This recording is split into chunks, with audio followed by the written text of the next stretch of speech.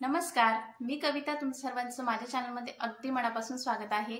तर आज आहे मार्गशीर्ष महिन्यातला पहिला गुरुवार आणि तुम्हाला सर्वांना मार्गशीर्ष गुरुवारच्या खूप खूप शुभेच्छा. आणि माता लक्ष्मी तुमच्या जीवनात सर्वांना आनंद, सुख, शांती देव हीच लक्ष्मीचरणी प्रार्थना करते. तर आता सकाळी सकाळी मी इथे छान असं महालक्ष्मी अष्टकम लावलेलं आहे. खूप मस्त वाटतंय आणि ऐकता ऐकता मी सर्व माझी पूजेची सुद्धा तयारी केली आहे. आणि इकडे बाहेर मला अजून रांगोळी वगैरे सुद्धा काढायची आहे. तर इकडे साचे वगैरे सुद्धा आणून ठेवलेले सगळं. त्याच्यानंतर हळदीचं लेपन करायचं आणि बाहेर म्हणजे आपलं तुळशी पूजन वगैरे ते सगळं काही करायचं बाकी अजून. तर म्हणजे पूजेची आज गुरुवार आहे, तर सगळ्या म्हणजे मिस्टरांचं ऑफिस, त्याच्यानंतर मुलांची शाळा वगैरे सगळं काय काय असल्यामुळे सर्वांचीच धावपळ चालू असेल. आपली इकडे वेगळी पूजेची तयारी. तर तसंच माझं सुद्धा आजचं सकाळचं रुटीन सुरू झालेलं आहे. आणि आता बरीच काही म्हणजे माझी पूजेची तयारी सगळी झालेली आहे. आता बाहेरचं सगळं करून घेते.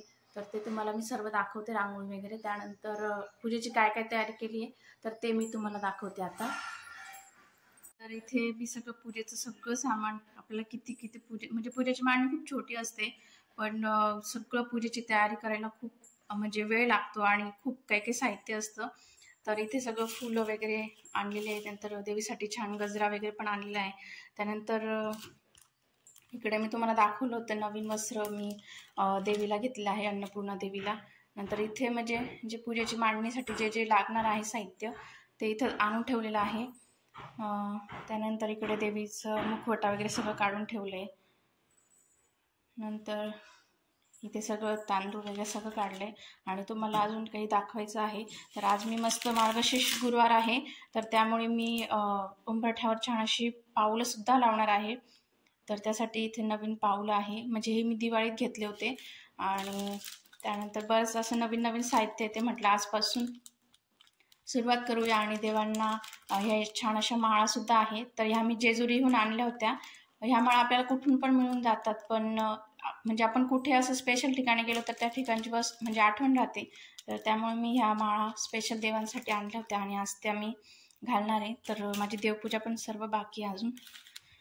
नंतर इथे कापूरदाणे वगैरे हे सगळं काही काही नवीन आहे. हे सुद्धा मला ओटीत मिळालं होतं, तर हे पण मी आज मस्त दिवा ठेवायला वगैरे वापरणार आहे.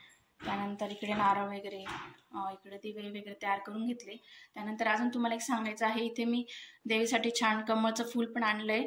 आणि रात्रभर असंच ते पाण्यात ठेवायचं, म्हणजे ते कोमेजून जात नाही, चांगलं राहतं. तर ते रात्रभर असंच पाण्यात ठेवलं आणि तुम्ही बघू शकता खूप छान अजून तसंच्या तसं आहे, जसं मार्केटमधून आणलं ते तसंच आहे. नंतर इकडे आरतीचं पुस्तक वगैरे सगळं काढून ठेवलंय, आंब्याचे पानं वगैरे. त्यानंतर इथे 2 नारळ आणले गेले, म्हणजे यांना मी काल साहित्य आणायला सांगितलं होतं, तर त्यांनी खूप छोटं नारळ आणलं आणि ते खूप हलकं आहे. तर आपण मुखवटा वगैरे लावतो तर ते पडू वगैरे शकतं. तर त्यासाठी मी अजून एक दुसरं पण नारळ आणून ठेवलं, म्हणजे ते कामात येईल. तर थोडंसं आपण नारळ निवडताना ना त्याच्यात पाणी वगैरे असलं पाहिजे. आणि थोडं जड जर नारळ असेल तर ते म्हणजे मुखवटा पण व्यवस्थित बसतो आणि कलश पण व्यवस्थित तो म्हणजे बसतो. त्याच्यामुळे आपण असं नारळ निवडताना निवडायचं ते.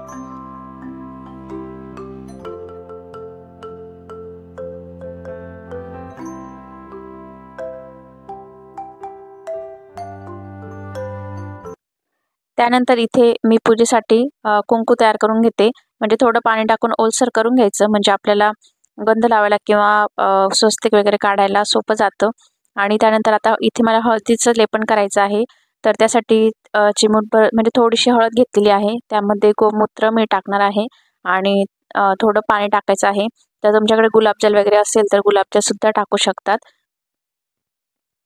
आणि त्यानंतर ती आपल्याला थोडीशी पातळ पेस्ट बनवायची आहे. तर आता इथे घट्ट झालेली आहे, त्यामुळे मी अजून इथे थोडं पाणी टाकते. आणि आपल्याला उंबरठ्यावर व्यवस्थित लावता येईल अशा प्रकारे बनवून घ्यायचं आहे.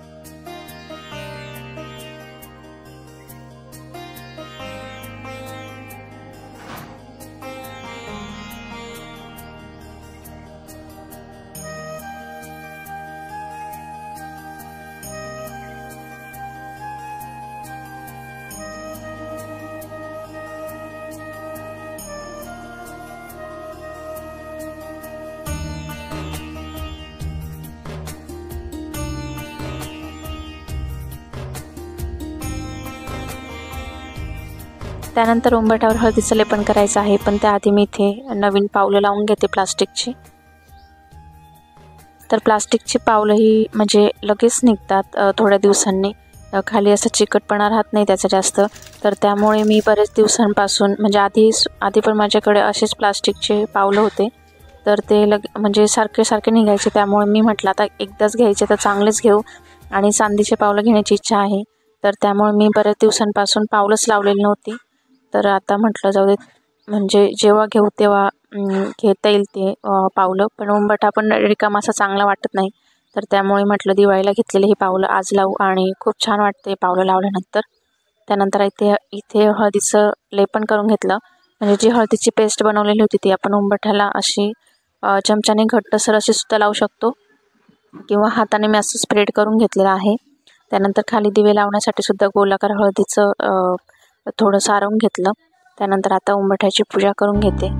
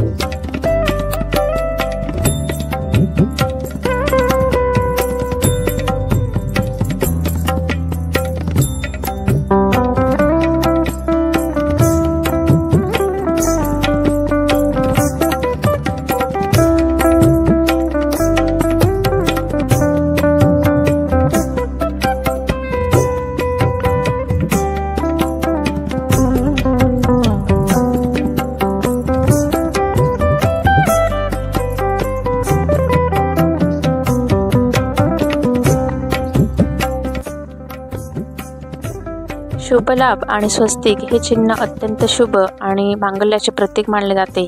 त्यामुळे आपल्या घरात पॉझिटिव्ह एनर्जी येण्यास मदत होते. तर आता इथे मी दरवाजावर हळदीने स्वस्तिक हे चिन्ह काढून घेत आहे.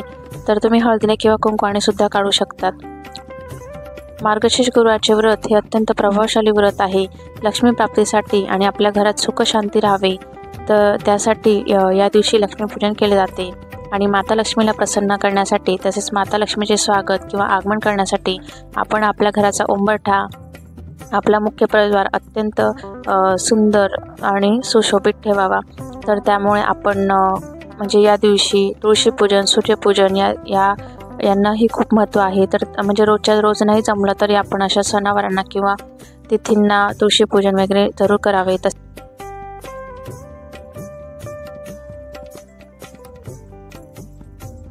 त्यानंतर इथे देवपूजा पण झालेली आहे. तर देवांना नवीन वस्त्र, नवीन माळा घातलेल्या आहेत.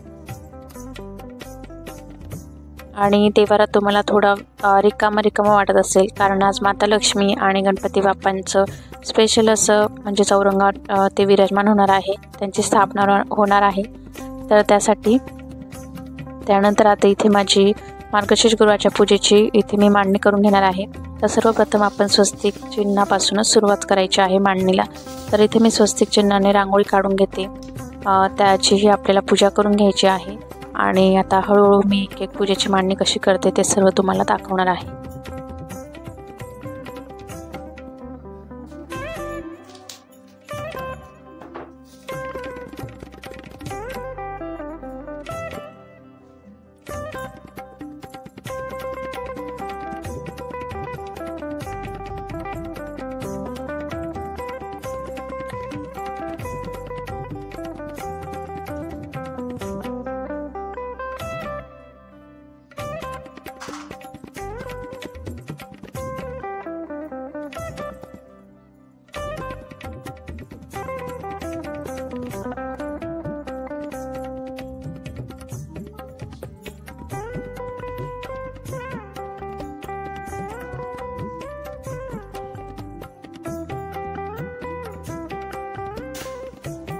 शुभम करोति कल्याणम आरोग्यम धनसंपदा शत्रुबुद्धिविनाशाय दीपज्योती नमोस्तुते.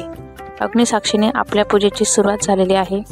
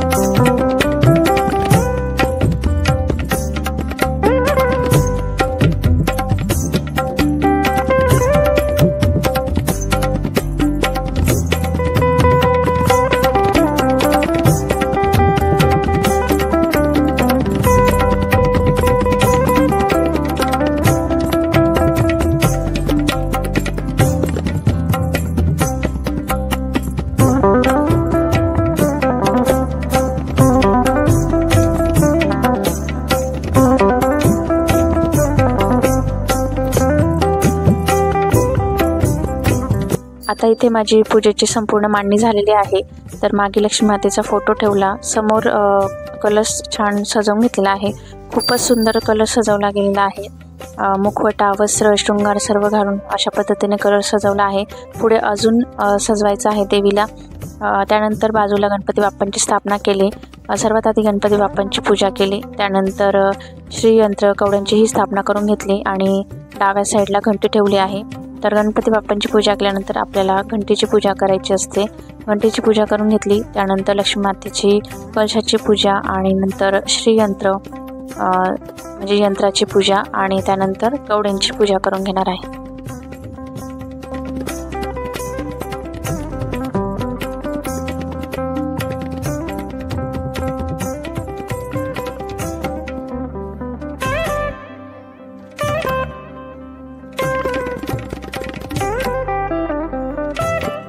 तर आता इथे बघू शकता देवी पूर्ण सजवल्यानंतर किती सुंदर रूप दिसते देवीचं।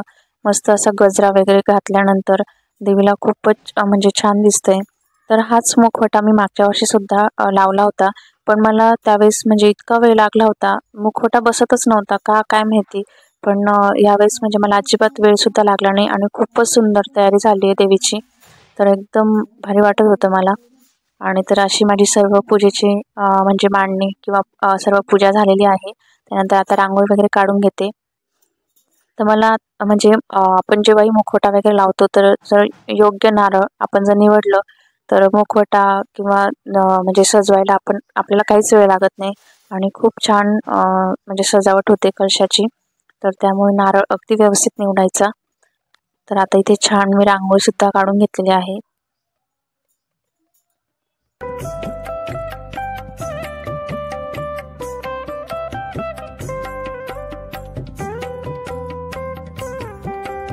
त्यानंतर आता इथे फळांचा नैवेद्य दाखवला. खाली पाण्याने छान असं म्हणजे चौकोन काढून घेतला आणि फळांचा नैवेद्य दाखवला. नंतर इकडे बाजूला माझ्याकडे छोटंसं पाट होतं, त्यावर पोथी ठेवली आणि आता इथे पोथीची सुद्धा पूजा करून घेते.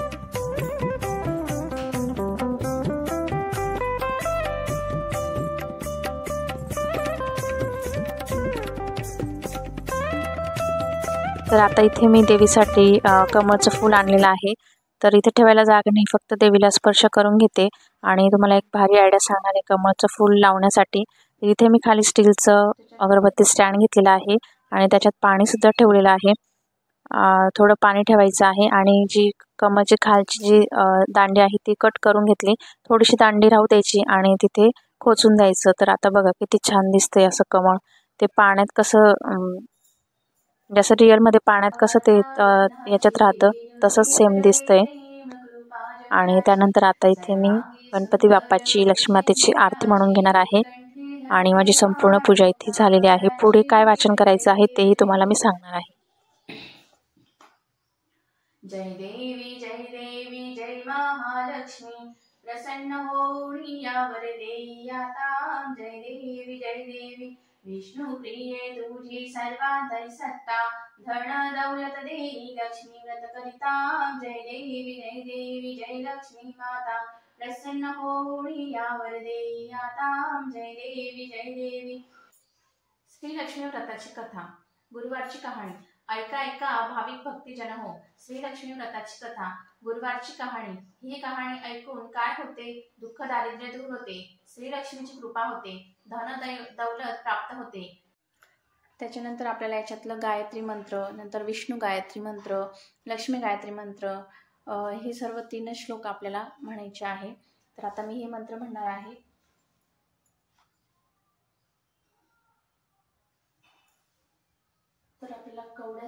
तर स्वामी समर्थांचं जे पुस्तक आहे तर त्यामध्ये सगळे काही स्तोत्र मंत्र दिलेले आहेत. तर त्यापैकी मी तुम्हाला गायत्री मंत्र, विष्णू गायत्री मंत्र आणि लक्ष्मी गायत्री मंत्र हे सर्व दाखवलेलं आहे. हे म्हणजे हे 3 मंत्र स्तोत्र आपण म्हणू शकतो. आणि जर कवड्या असतील तर त्या कवड्या उजव्या हातात धरायच्या. याला कवड्या सिद्ध करणे असे म्हणतात. जर तुम्हाला डिटेलमध्ये व्हिडिओ बघायचा असेल त्याचाही व्हिडिओ मी म्हणजे बनवलेला आहे. तर त्याची लिंक तुम्हाला खाली डिस्क्रिप्शन बॉक्समध्ये किंवा व्हिडिओच्या शेवटी तुम्ही तो व्हिडिओ नक्की बघा. आणि दर गुरुवारी तुम्ही कवड्यांच्या बाबतीत ही सेवा किंवा हे स्तोत्र मंत्र म्हणू शकतात. ओम तत्सवितुर्वरेण्यं भर्गो देवस्य धीमहि धियो यो नः प्रचोदयात्.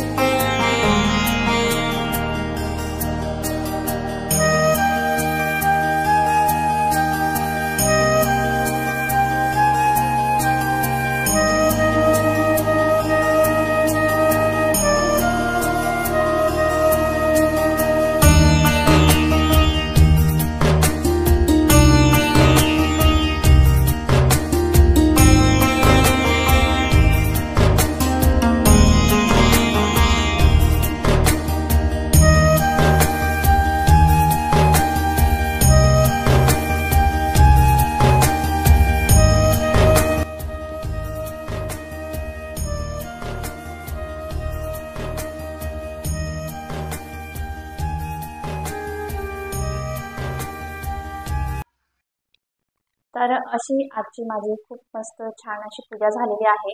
आणि कालच्या व्हिडिओमध्ये मी तुम्हाला पूजेची मांडणी वगैरे सर्व काही दाखवलेलं आहे. तर एका ताईने मला कमेंट केली की म्हणजे संध्याकाळच्या पूजेचा टाइम काय आहे, तर पूजेचा टाइम वगैरे असं काही नाही आहे. आपल्याला दिवसभर अशीच पूजा ठेवायची आहे. संध्याकाळी आपल्याला देवीची पंचोपचारी पूजा करायची, म्हणजे देवीला हळद कुंकू अक्षता फुलं वगैरे व्हायची आहेत. त्यानंतर आपला स्वयंपाक झाल्यानंतर देवीला नैवेद्य दाखवायचा आहे आणि एक नैवेद्य गाईला दाखवायचा आहे. तर गाईचा आणि देवीचा नैवेद्य दाखवल्यानंतर आपण रात्री उपवास सोडायचा आहे. तर अशा प्रकारे आपल्याला मार्गशीर्ष गुरुवारचा संपूर्ण दिवसभर उपवास करायचा आहे. आणि उद्या सकाळी उठल्याबरोबर म्हणजे देवपूजा वगैरे सगळं आटोपून झाल्यानंतर आपल्या जी पूजा मांडलेली आहे तर त्याची उत्तर पूजा करायची आहे. तर आय होप तुम्हाला आजचा व्हिडिओ आवडला असेल. व्हिडिओ आवडला असेल तर लाईक करा. आजचा ब्लॉग तुम्हाला कसा वाटला हेही मला कमेंट करून नक्की सांगा. शेअर करा. पहिल्यांदा चॅनलवर असाल तर सबस्क्राईब करा आणि शेजारी दिलेल्या बेल आयकॉनलाही प्रेस करा, तर जेणेकरून माझ्या नवीन व्हिडिओचे नोटिफिकेशन मिस होणार नाही. तर पुन्हा भेटूया असंच एका छानशा व्हिडिओमध्ये. धन्यवाद.